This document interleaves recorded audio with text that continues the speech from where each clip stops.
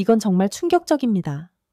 600년 전 조선의 낡은 기계가 MIT, 옥스퍼드, 그리고 구글까지 모두 제치고 세계 AI 대회를 완전히 뒤집어 놓았습니다. 세계 최고의 과학자들이 조선의 과학을 비웃던 그 순간 한국의 시골 초등학생이 모든 것을 바꿨다고 하는데요. 과연 그 속엔 어떤 선조의 지혜가 숨겨져 있었던 걸까요? 그 놀라운 반전의 순간 지금 공개합니다. 실리콘밸리의 컨퍼런스 홀은 언제나 긴장된 공기로 가득 찼죠. 저는 글로벌 AI 연구소장이자 세계 AI 예측 챌린지의 주최자 라비 샤르마입니다. 그날도 수백 명의 과학자들 앞에서 AI 미래에 대해 발표하고 있었습니다. 이번 AI 예측 챌린지에 대해 말씀드리기 전에 최근 아시아 전통과학 연구에 대해 이야기하고 싶습니다. 저는 클리커를 눌러 다음 슬라이드로 넘겼죠. 중국의 산술, 인도의 수학은 현대 과학의 근간이 되었습니다. 우리 선조들의 지혜가 오늘날 AI 발전의 토대가 된 것이죠. 청중들이 고개를 끄덕였습니다. 자부심이 느껴지는 순간이었죠. 하지만 다음 슬라이드에서 조선의 과학 기록을 보여주자 제 입에서 나온 말은 달랐습니다. 그런데 조선 과학은 어떨까요? 솔직히 말씀드리면 과학보다는 천문신앙이나 풍수지리에 더 가까운 전통 아닙니까? 기술 발전은 인도나 중국처럼 수학적 기반이 있어야 가능하죠. 강당 곳곳에서 동의하는 웃음소리가 들렸고 어느 유럽 참가자가 동료에게 속삭이는 소리도 들렸죠. 한국은 반도체만 빠르고 기초는 없잖아. 저도 모르게 미소를 지었습니다. 사실 저도 그렇게 생각했으니까요. 조선의 과학이라니 그건 과학이라기보다는 전통에 가까운 기록 문화 아니었을까요? 발표가 끝나고 세계 AI 예측 챌린지 참가자 명단을 공개했습니다. 화면에는 MIT, 도쿄대학교, 파리공대 같은 명문 대학들이 줄지어 올라왔죠. 그런데 마지막 줄에 어색한 이름 하나가 눈에 띄었습니다. 장희우 대한민국 초등학생 오픈 참가자. 제 옆에 있던 진행 요원이 동료에게 말했습니다. 귀여운 이벤트 참가자 하나 추가됐네요. 저도 고개를 끄덕였죠. 초등학생이 AI 예측 챌린지에 참가한다니 아마 한국의 교육열을 보여주려는 상징적 참가겠지 생각했습니다.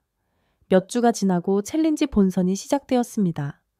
과제는 비정형 복잡계 예측 문제였죠. 난이도가 상당해서 MIT 팀조차 고전하고 있었습니다.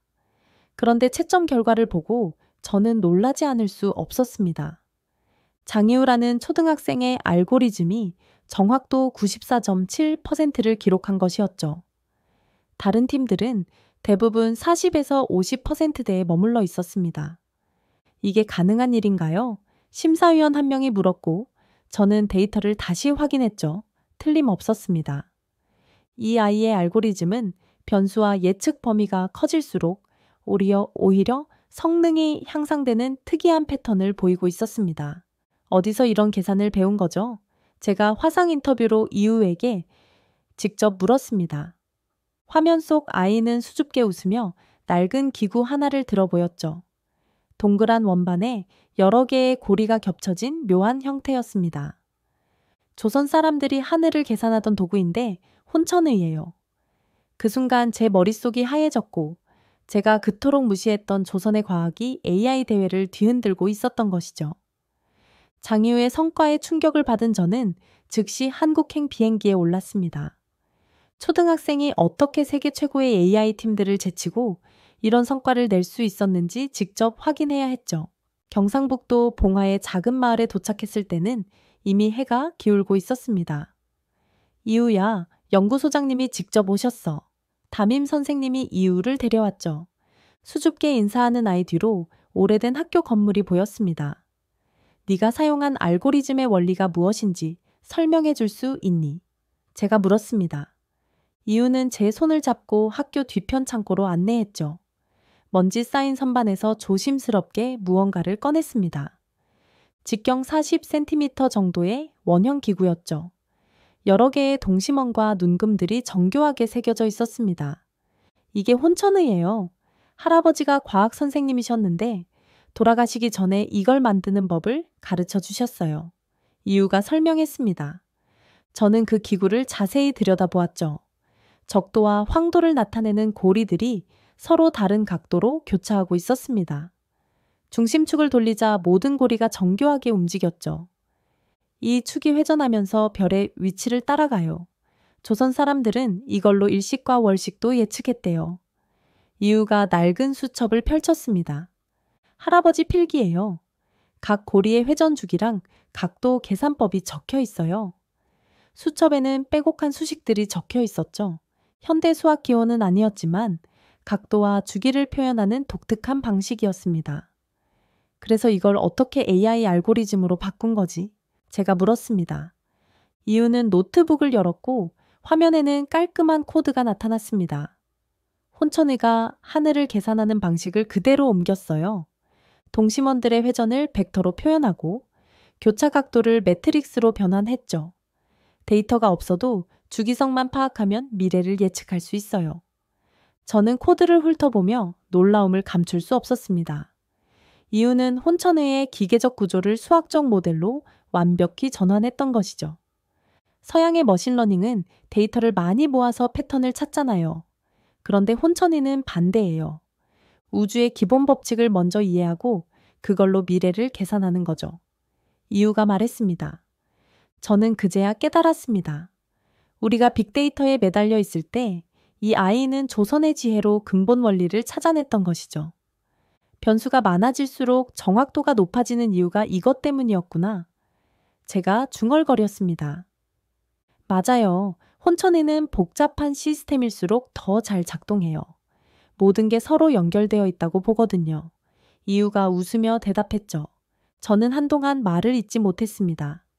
제가 무시했던 조선의 과학이 현대 AI의 한계를 뛰어넘고 있었던 것이죠. 대회 본선이 시작된 실리콘밸리 컨퍼런스 센터는 긴장감으로 가득했습니다. 전 세계에서 모인 천재들이 거대한 스크린을 응시하며 과제 발표를 기다리고 있었죠. 저는 심사위원장석에서 참가팀들의 표정을 살폈습니다. 이번 과제는 비정형 복잡계 예측 문제입니다. 제가 마이크를 잡고 말했죠. 기존 데이터 패턴으로는 예측이 불가능한 상황에서 여러분의 알고리즘이 얼마나 정확한 미래 예측을 할 수 있는지 평가하겠습니다. 화면에 복잡한 그래프들이 나타났습니다. 수백 개의 변수가 서로 얽혀있는 카오스 시스템이었죠. AT 팀장의 얼굴이 굳어지는 게 보였습니다. 도쿄대 팀에서는 한숨 소리가 들렸죠. 제한 시간은 48시간입니다. 시작하십시오. 이틀이 지나고 결과 발표 시간이 되었습니다. 대부분의 팀들이 지친 표정이었죠. 저는 채점 결과지를 받아들고 첫 장을 넘겼습니다. AIT 팀, 정확도 47.3%, 도쿄대 팀, 52.1%, 820대 팀, 49.8%, 예상대로였습니다. 비정형 복잡계는 현대 아이로도 예측이 어려운 영역이었죠. 그런데 마지막 장을 넘기는 순간 저는 숫자를 다시 확인해야 했습니다. 장이후 대한민국 정확도 94.7%, 심사위원들이 일제히 고개를 돌렸습니다. 저도 믿기지 않아 데이터를 다시 검토했죠. 틀림없었습니다. 더 놀라운 건 그래프 분석 결과였습니다. 이 알고리즘은 변수가 많아질수록 정확도가 향상됩니다. 일반적인 딥러닝과는 정반대 패턴이군요. 옆에 있던 스탠퍼드 교수가 말했죠. 저는 화상 인터뷰로 장이우를 불렀습니다. 화면 속 아이는 여전히 수줍은 표정이었죠. 어떻게 이런 결과를 낼 수 있었는지 설명해 줄 수 있겠니? 제가 물었고 이유가 낡은 노트를 펼쳤습니다. 혼천이는 우주 전체를 하나의 시스템으로 봤어요. 태양, 달, 행성들이 서로 영향을 주면서 움직이죠. 복잡해 보이지만 사실은 정확한 법칙이 있어요. 그래서 어떻게 했다는 거지? 심사위원 한 명이 물었죠. 각 변수를 천체로 생각했어요. 중심축 주위로 회전하는 궤도를 가진 천체들이요. 그 궤도들의 교차점과 주기를 계산하면 미래 위치를 예측할 수 있죠. 이유가 대답했습니다. 저는 코드 분석 화면을 띄웠고 복잡한 수식들 사이에서 독특한 패턴이 보였죠. 원형 궤도, 타원 편차, 주기 함수들이 절묘하게 얽혀 있었습니다. 이건 코딩이 아니라 천문학입니다. 제가 중얼거렸죠. 맞아요. 조선 사람들이 하늘을 계산하던 방식이에요. 저는 그걸 그대로 따라했을 뿐이에요. 이유가 말했습니다. 심사위원실이 술렁이다가 한 교수가 손을 들었죠. 그럼 데이터 없이도 예측이 가능하다는 건가요? 혼천의가 그랬어요. 관측 데이터가 적어도 우주의 법칙을 이해하면 미래를 볼 수 있죠. 이유의 대답이었습니다. 저는 잠시 말을 잃었습니다. 우리가 빅데이터와 딥러닝에 매달려 있을 때 이 아이는 600년 전 조선의 지혜로 AI의 새로운 패러다임을 열고 있었던 것이죠. 제가 그토록 무시했던 조선의 과학이 현대 과학의 벽을 넘어서고 있었습니다. 대회 결과가 발표된 직후 회의실은 소란스러워졌습니다. 심사위원들의 표정은 놀라움과 의심이 뒤섞여 있었죠. 저도 믿기 어려웠지만 데이터는 명확했습니다. 한국의 초등학생이 세계 최고의 팀들을 압도한 것이었죠. 잠시만요. MIT 팀장이 손을 들었습니다. 그 코드를 분석해 보셨습니까? 고급 미적분과 선형대수가 들어가 있던데 초등학생 수준이 아닙니다. 파리공대 교수도 고개를 끄덕였죠. 동의합니다. 이건 최소한 대학원 수준의 수학입니다. 누군가 대신 짠 코드 아닐까요? 저는 노트북을 열어 이후의 코드를 다시 살펴보았습니다. 확실히 복잡한 수식들이 가득했죠. 다변수 미적분, 행렬 연산, 미분 방정식까지 포함되어 있었습니다. 코드 검증 절차가 필요할 것 같습니다. 제가 말했죠. 공정성 시비가 일어나기 전에 철저히 조사해야 합니다. 그날 오후부터 언론의 관심이 쏟아졌습니다. 처음에는 천재 소년의 등장으로 화제가 되었지만 곧 의심의 목소리가 커졌죠. 이건 사기다. AI가 자동 생성한 코드일 것이다. 라며 소셜미디어에는 음모론까지 등장했습니다. 해외 언론들도 비슷한 논조였습니다. 저는 대회 조직위원장으로서 공식 검증 절차를 발표했죠. 장이후 참가자에 대한 코드 검증을 실시하겠습니다. 한국의 검증단을 파견하여 직접 확인할 것입니다. 일주일 후 저는 다시 한국행 비행기에 올랐습니다. 이번엔 MIT와 옥스퍼드의 수학자들과 함께였죠. 봉화의 작은 학교에 도착했을 때 이유는 교실에서 우리를 기다리고 있었습니다. 안녕하세요. 이유가 인사했습니다. 책상 위에는 낡은 노트 몇 권이 놓여 있었죠. 이유야, 네가 직접 코드를 작성했다는 걸 증명할 수 있겠니? 제가 물었습니다. 이유는 고개를 끄덕이고 첫 번째 노트를 펼쳤습니다. 빼곡한 수식들이 송글씨로 적혀 있었죠. 혼천의의 회전 원리를 현대 수학으로 변환하는 과정이 단계별로 정리되어 있었습니다. 이게 제 계산 노트예요. 3학년 때부터 시작했어요. 이유가 설명했죠. AT 교수가 노트를 자세히 살펴보았습니다. 이 미분방정식 풀이 과정이 독특하군요. 어디서 배운 거지? 할아버지 노트에 있던 조선식 계산법을 현대 수학으로 바꿔봤어요. 원의 각도를 재는 방법이 비슷하더라고요. 이유가 대답했습니다. 옥스퍼드 교수가 다른 노트를 집어들었죠. 이 행렬 계산은 어떻게 한 거지? 대학원 수준인데. 이유는 연필을 들고 칠판에 그림을 그리기 시작했습니다. 혼천의의 동심원 구조를 그리고 각 원의 회전을 벡터로 표현했죠. 그리고 그 벡터들을 행렬로 변환하는 과정을 보여주었습니다. 혼천의에서는 여러 개의 원이 동시에 돌아가요. 그걸 한꺼번에 계산하려면 행렬이 필요했어요. 유튜브에서 찾아서 공부했죠. 이유가 말했습니다. 검증단은 2시간 동안 이유에게 다양한 질문을 했습니다. 이유는 모든 질문에 막힘없이 대답했죠. 마지막으로 즉석에서 새로운 문제를 풀게 했는데 이유는 혼천의 원리를 적용해 정확히 풀어냈습니다. 믿기 어렵지만 이 아이가 직접 개발한 게 맞습니다. AT 교수가 인정했죠. 독창적인 접근 방식입니다. 전통 과학을 현대 수학으로 재해석한 거예요.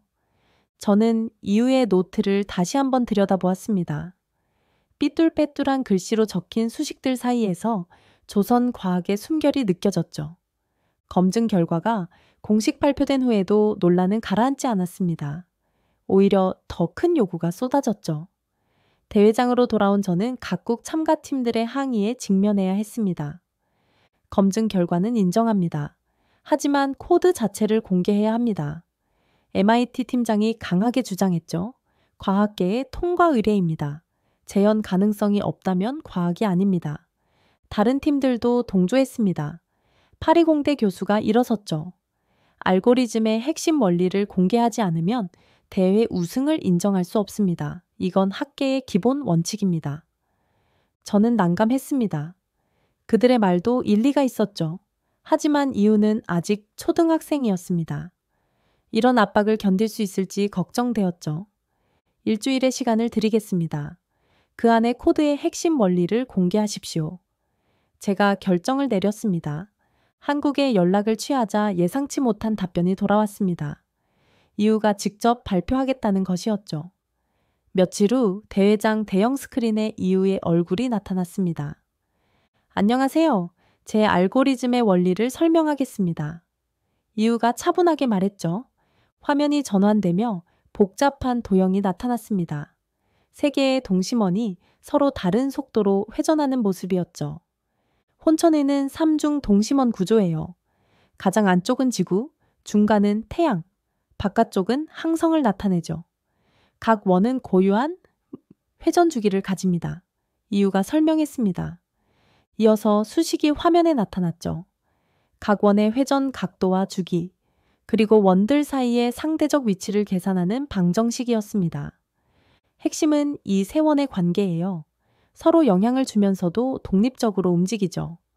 조선 사람들은 이걸 수백 년 동안 관찰해서 정확한 비율을 찾아냈어요. AT 교수가 손을 들었습니다. 타원 궤도는 어떻게 처리했죠? 케플러 법칙 이전인데. 이유가 미소 지었습니다. 혼천의에는 편차 보정 장치가 있어요. 원형 궤도에서 벗어나는 정도를 계산하는 추가 고리죠. 조선 천문학자들은 이미 타원 운동을 알고 있었어요. 청중석이 술렁이었습니다.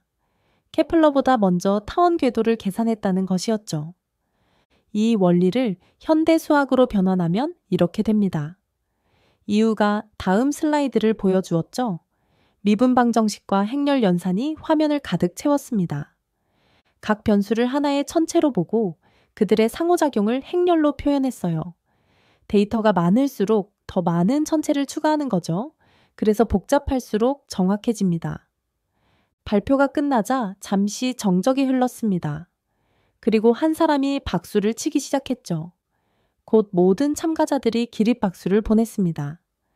이건 갈릴러도 해내지 못한 기하 모델입니다. 제가 마이크를 잡고 말했죠. 서양이 미적분을 발명하기 전에 조선은 이미 복잡계를 계산하고 있었던 겁니다. 한 참가자가 외쳤습니다. 이건 단순한 알고리즘이 아닙니다. 새로운 과학 패러다임입니다. 저는 스크린 속 이유를 바라보며 깊은 경외감을 느꼈습니다. 제가 무시했던 조선의 과학이 현대 과학의 새로운 지평을 열고 있었죠. 그리고 그 중심에는 12살 소년이 있었습니다. 대회가 끝난 후 저는 실리콘밸리 사무실로 돌아왔습니다. 장유의 발표가 머릿속에서 떠나지 않았죠. 그날 밤 저는 예전에 스쳐 지나갔던 혼천의 다큐멘터리를 다시 찾아보았습니다. 화면 속에서 복원된 혼천의가 천천히 돌아가고 있었습니다. 전에는 단순한 관측 도구로만 보였던 것이 이제는 완전히 다르게 보였죠. 정교한 기계 장치들이 서로 맞물려 움직이는 모습은 마치 거대한 아날로그 컴퓨터 같았습니다. 이게 관측기가 아니라 예측기였잖아. 저는 혼자 중얼거렸죠. 다큐멘터리는 1669년 송혜영이 만든 혼천의를 자세히 보여주었습니다. 서양의 시계 기술과 동양의 천문학이 융합된 걸작이었죠. 그런데 더 놀라운 건 그 이전부터 조선에는 이미 다양한 천문 계산 도구들이 있었다는 것이었습니다. 다음 날 아침 유네스코 회의가 열렸습니다. 장애우 사건은 국제적인 화제가 되어 있었죠. 천문유산 심사위원인 엘리자베스 베넷이 발언권을 얻었습니다. 우리는 지금까지 혼천의를 문화유산으로만 봤습니다. 하지만 이번 사건은 우리의 시각을 완전히 바꿔놓았죠. 엘리자베스가 말했습니다. 그녀는 스크린에 장애우의 알고리즘 구조도를 띄웠습니다. 혼천의의 물리적 구조와 놀랍도록 닮아 있었죠. 문화유산이자 과학유산입니다. 이 둘을 나눌 수 없게 만든 사례죠. 조선의 혼천이는 단순한 관측 도구가 아니라 정교한 계산 시스템이었습니다. 참석자들이 고개를 끄덕였습니다. 저도 동의하지 않을 수 없었죠. 우리가 얼마나 많은 것을 놓치고 있었는지 깨닫는 순간이었습니다. 며칠 후 저는 장유와 화상으로 인터뷰를 진행했습니다. 이번엔 공식적인 자리가 아닌 개인적인 대화였죠. 이유야, 어떻게 혼천이가 예측 도구라는 걸 알았니? 제가 물었고 이유는 잠시 생각하더니 대답했죠. 할아버지가 항상 말씀하셨어요. 조선 사람들은 하늘의 패턴을 봤다고요. 데이터를 모으기 전에 먼저 하늘의 리듬을 이해했대요. 그게 현대 AI와 어떻게 다른 거지? 혼천에는 데이터 없어도 반복을 보면 답을 알려줬어요. 해와 달이 어떻게 움직이는지, 계절이 왜 바뀌는지 전부 기계 안에 들어있죠. 이유가 설명했습니다. 저는 깊은 생각에 잠겼습니다. 우리는 지금까지 방대한 데이터를 모아서 패턴을 찾으려 했죠. 하지만 조선은 먼저 우주의 기본 법칙을 이해하고 그것을 기계로 구현했던 것입니다. 그래서 데이터가 많을수록 정확해지는 거구나. 제가 말했죠. 맞아요. 혼천에는 복잡한 게 자연스러워요. 우주가 원래 복잡하니까요. 이유가 웃으며 대답했습니다. 인터뷰가 끝나고 저는 한참을 생각했습니다. 서양 과학은 단순한 것에서 복잡한 것으로 나아갔죠. 하지만 조선은 처음부터 복잡성을 받아들였습니다.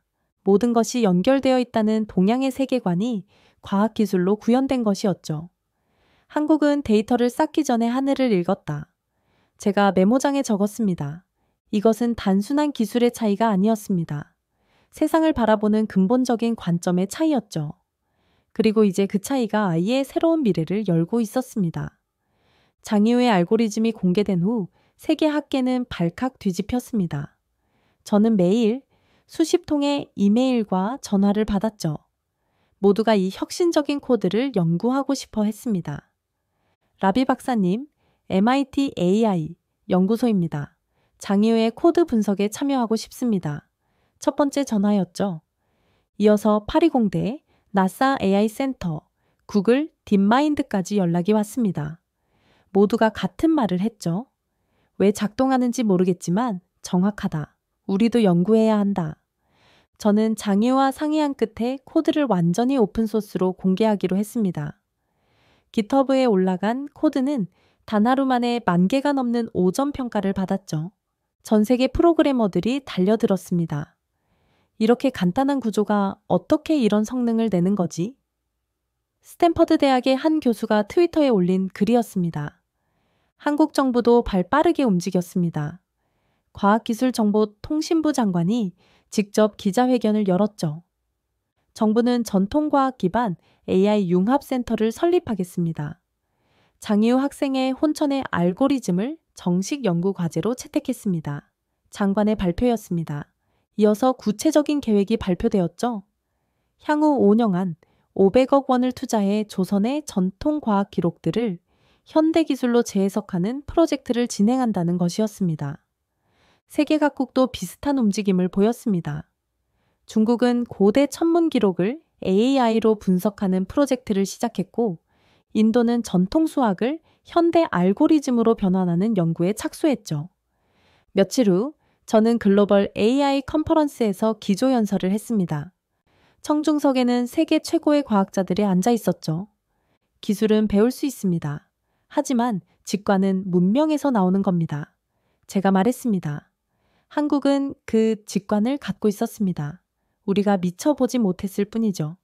강연이 끝나고 한 참가자가 손을 들었습니다. 그럼 앞으로 AI 개발 방향이 바뀌어야 한다는 건가요? 그렇습니다. 데이터만 쌓는다고 지능이 만들어지는 게 아닙니다. 먼저 세상의 원리를 이해해야 합니다. 조선이 그랬던 것처럼요. 제가 대답했죠. 그 후 몇 달간 놀라운 소식들이 이어졌습니다. 구글은 장유의 알고리즘을 응용해 기상 예측 정확도를 30% 향상시켰고, 네이사는 우주 궤도 계산에 혼천의 모델을 적용해 연산 효율을 크게 개선했죠. MIT 연구팀은 흥미로운 발견을 했습니다. 이 알고리즘은 양자 컴퓨팅과 놀라운 친화성을 보입니다. 마치 처음부터 양자 시스템을 염두에 둔 것 같습니다. 이하윤 교수가 제게 전화를 걸어왔습니다. 이제야 깨달았습니다. 동양의 음양사상, 상호 연결성 개념이 현대 물리학의 양자 얽힘과 맞닿아 있었던 거예요. 저는 사무실 창밖을 바라보며 생각했습니다. 한 초등학생이 시작한 작은 파문이 세계 과학계 전체를 뒤흔들고 있었죠. 그리고 그 중심에는 600년 전 조선의 지혜가 있었습니다. 조선식 알고리즘이 이제는 인류 공동의 자산이 되었다. 제가 메모장에 적었습니다. 실리콘밸리의 밤하늘에 별들이 빛나고 있었고 그 별들의 궤적이 마치 혼천의 원을 그리는 것처럼 보였죠. 과거와 현재, 동양과 서양이 하나로 연결되는 순간이었습니다. 대회 우승자 시상식이 열리는 실리콘밸리 최대 컨벤션 센터는 취재진과 과학자들로 가득 찼습니다. 저는 심사위원장으로서 단상에 올라 장이우를 소개했죠. 화면 속 이유는 여전히 수줍은 표정이었지만 눈빛에는 자신감이 넘쳤습니다. 세계 AI 예측 챌린지의 우승자는 대한민국의 장이우 학생입니다. 제가 발표하자 장내에 박수가 터져 나왔죠. 이유가 한국에서 화상으로 수상 소감을 전했습니다. 계산은 제가 한 게 아니에요. 전 그냥 조선의 방식을 쓴 것뿐이에요. 할아버지가 물려주신 혼천의의 원리를 현대 AI로 바꿨을 뿐입니다. 청중들 사이에서 감탄이 흘러나왔습니다. 겸손한 말투였지만 그 안에는 조선 과학에 대한 깊은 자부심이 담겨 있었죠. 조선 사람들은 하늘을 계산했습니다. 저는 그 계산법을 이어받았을 뿐이에요. 이 상은 제가 아니라 우리 조상들이 받으셔야 합니다. 이유가 이어서 말했습니다. 시상식이 끝나고 저는 한국을 방문했습니다. 장이우의 알고리즘을 처음 검증했던 이하윤 교수가 저를 초대했죠. 그녀는 한국 국립과학기술원의 교수로 이번 사건에서 중요한 역할을 했습니다. 공항에 마중 나온 이 교수는 저를 서울 중심부로 안내했습니다. 라비 박사님, 제가 꼭 보여드리고 싶은 게 있습니다. 이하윤 교수가 말했죠. 우리는 광화문 광장에 도착했습니다. 그곳에는 거대한 혼천의 조형물이 서 있었죠. 밤하늘에는 별들이 반짝이고 있었습니다. 아름답지 않습니까? 이하윤 교수가 말했고 저는 고개를 들어 하늘을 바라보았습니다. 별들의 궤적이 마치 혼천의 원을 그리는 것 같았죠.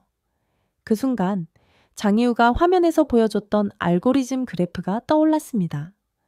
놀랍게도 별의 궤도 곡선과 이후의 알고리즘 그래프가 정확히 겹쳐 보였습니다. 600년 전 조선의 천문학자들이 본 것과 같은 하늘이겠죠.